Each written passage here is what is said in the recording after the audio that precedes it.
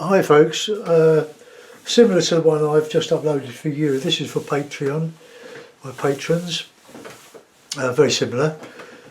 I quite like the idea of a pond reflecting the sky and a bit of the background maybe.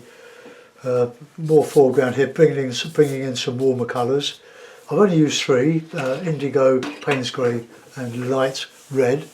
The trees, I didn't want to overstate them. And just a few little strokes in here to show the trees slightly forward. Just an impression. But I hope you like this one.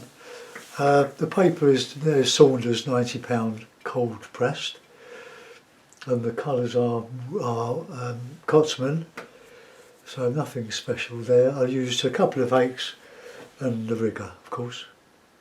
Okay, stay safe, enjoy your day. Bye bye.